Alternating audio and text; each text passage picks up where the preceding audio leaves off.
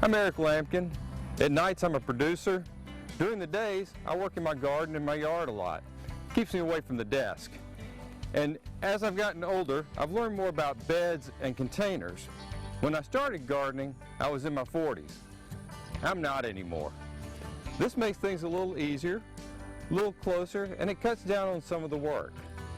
We're going to take a look at how to do this. A couple of years ago, I tilled all this front tine tiller. If you're going to use a front tine tiller at my age, I suggest you have a good massage therapist and chiropractor. Last year, I had some problems with the tiller, so I built this first bed. I believe in recycling and repurposing. And about 6 years ago, my wife and I demolished an old screened-in porch. A lot of the lumber wasn't any good, but it had this little half wall built around it, and all the boards were about 41 inches long. So I used that as sort of the footprint for my beds. Beds are pretty simple, but a lot of people seem to think bigger is better. I don't know where I read this, but I read this early on when I started this. You don't want a bed to be any more than 4 feet wide, because that way, no matter which side you're working at, you don't have to reach any more than 2 feet across. These are a little bit shorter than that. These are about 41 inches because of the boards I use, and they're pretty simple to build. We go about a foot deep with basically 2 boards high and 1 board across, and then you make up your length whichever way you want to go.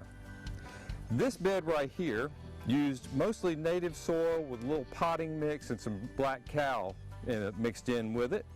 Last year it had squash in it. We had some vine borer problems, so we had to move the squash.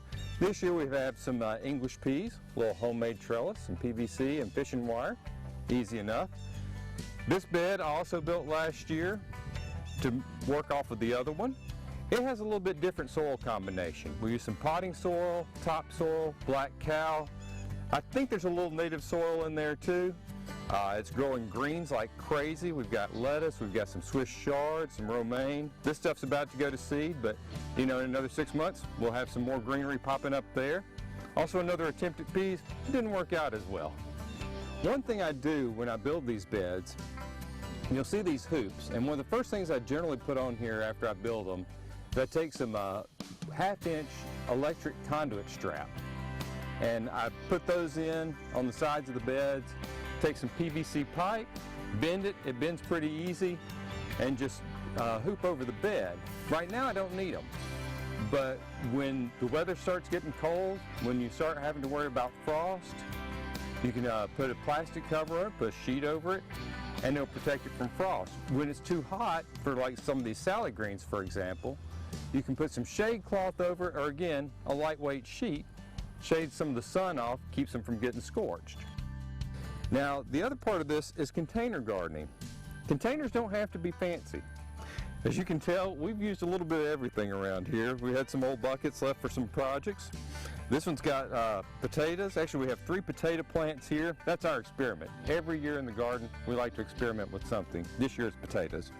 We'll see how that goes. These actually have straight compost in them. We have a compost pile where we dump our food scraps and other organic material. Put that down the compost pile. A couple of years, you got dirt.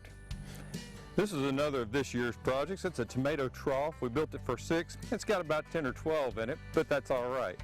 Gardening's about experimenting, and gardening's about fun. Planting what you eat and eating what you plant, hopefully in the end. Most of the stuff you can do in containers or in small beds like this. Some of it you still got to put in the dirt.